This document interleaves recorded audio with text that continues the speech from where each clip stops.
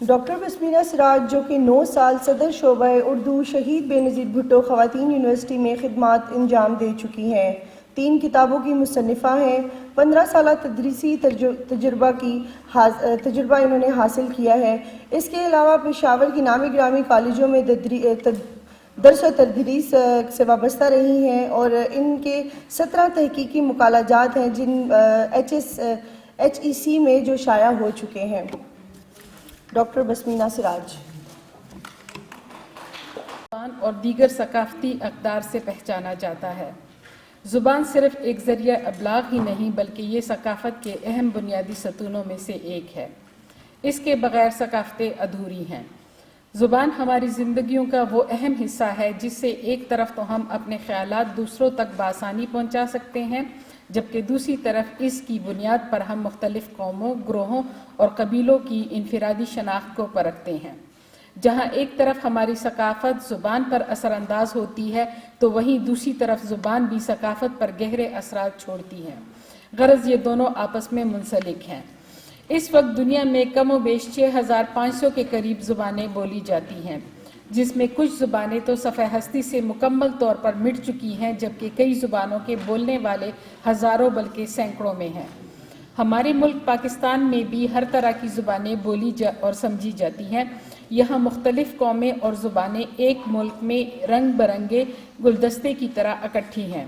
پاکستان کی خوبصورتی کے رنگ انہی ثقافتی پہلوؤں میں چھپے ہوئے ہیں۔ وطن عزیز میں تقریباً 60 سے 65 کے قریب زبانیں بولی جاتی ہیں۔ پاکستان کی قومی زبان اردو ہے، جبکہ سرکاری زبانیں اردو اور انگریزی ہیں۔ اس کے علاوہ بڑی علاقائی زبانوں میں پنجابی، سندھی، سرائکی، پشتو، بلوچی اور براہوی شامل ہیں، جبکہ شینا، کشمیری، ہندکو اور بلتی زبانوں کا شمار چھوٹی علاقائی زبانوں میں کیا جاتا ہے۔ ان زبانوں کے علاوہ پاکستان کے مختلف علاقوں میں کئی مادری زبانیں بولی جاتی ہیں، جن میں بہت سی زبانوں کے بولنے والوں کی تعداد محض ہزاروں میں ہے۔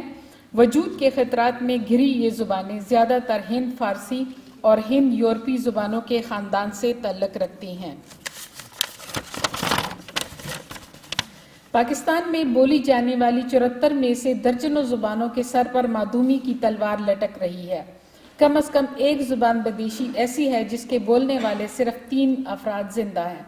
اس کے علاوہ کئی زبانوں کے بولنے والوں کی تعداد 1000 سے بھی کم ہے اور آس پاس کی دوسرے زبانوں کے غلبے تلے دب کر ختم ہوتی جا رہی ہیں۔ یہ تعداد محض اندازے ہیں جو اکثر و بیشتر مغربی ماہرین لسانیات نے برسوں دور دراز پہاڑی علاقوں میں کام کر کے اخذ کیے ہیں۔ حکومت پاکستان کے پاس سرکاری سطح پر اس ضمن میں کوئی ریکارڈ موجود نہیں ہے۔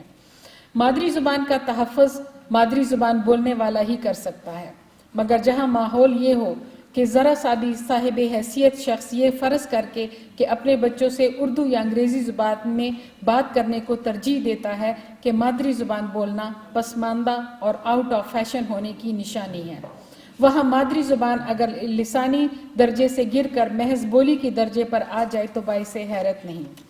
اچھی بات یہ ہے کہ مادری زبان کو ثانوی درجے پر رکھنے کی نفسیات زیادہ تر شہری علاقوں میں پائی جاتی ہے۔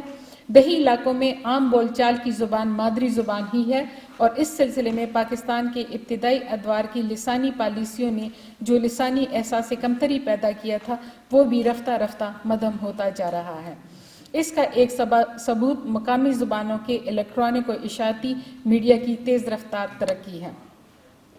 اگرچہ حکومتوں نے مقامی زبانوں کی سرپرستی اور ترقی کے لیے بلوچی، پشتو، سندھی اور پنجابی لینگویجز اتھارٹیز اور ادبی بورڈ بھی قائم کر رکھے ہیں اور کئی یونیورسٹیوں میں علاقائی زبانوں میں ڈگری کورسز بھی پڑھائے جا رہے ہیں، تاہم علاقائی زبانوں میں ڈگری کی معاشی اہمیت چونکہ محدود ہے، لہٰذا روزگار کے ناطے ان زبانوں کو صرف ماں بولی کے احترام کے سوا عملاً کچھ نہیں ملتا۔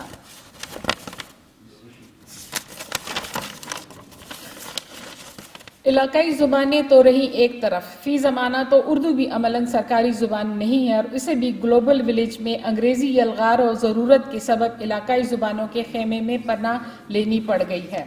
زبان اور ثقافت سے محبت کرنے والے تحقیق دان کسی مالی تعاون کے محتاج نہیں ہوتے، وہ کسی بھی وہ کسی بھی مدد لے کر کسی بھی زبان کو نہ بچایا جا سکتا ہے، نہ ہی کسی ثقافت کو ترقی دلوائی جا سکتی ہے۔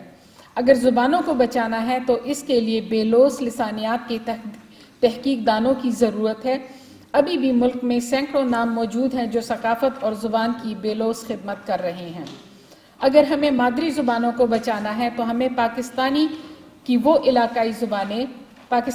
علاقائی زبانیں جن کے وجود کو خطرات لاحق ہیں، ان زبانوں کی کتابیں، رسالے چھپوا کر لوگوں میں مفت تقسیم کرنا، ان زبانوں میں مزید تحقیق کر کے ان کو زندہ رکھنے پر غور و فکر کرنا ہوگا، اور ابتدائی تعلیم مادری زبان میں ہونی چاہیے۔ پاکستان میں صرف اور صرف انگریزی زبان کا بول بالا ہے اور ہمارے ملک میں شہری رجحان زیادہ ہے، اس لیے اردو کا تحفظ ہو رہا ہے لیکن علاقائی زبانوں کو نظر انداز کیا جا رہا ہے۔ سب سے پہلے کسی کو یہی نہیں معلوم کہ ہمارے ملک میں ٹوٹل جو زبانیں بولنے والی ہیں وہ کتنی ہیں اور اس میں کون کون سی زبانیں ہیں جن کو شدید خطرات لاحق ہیں۔ ہندوستان میں 15 کے قریب زبانیں بولی جاتی ہیں اور ان کو جو ہے وہ قومی زبان کی حیثیت حاصل ہے، جبکہ ہماری زبانوں کو علاقائی کہہ دیا جاتا ہے۔ تو ضرورت یہ ہے کہ تمام زبانوں کو قومی زبان میں شامل کیا جائے، اور اسی طرح ہم ان زبانوں کا تحفظ جو ہے وہ کر سکتے ہیں اور ان کو ناپید ہونے سے بچا سکتے ہیں۔ شکریہ۔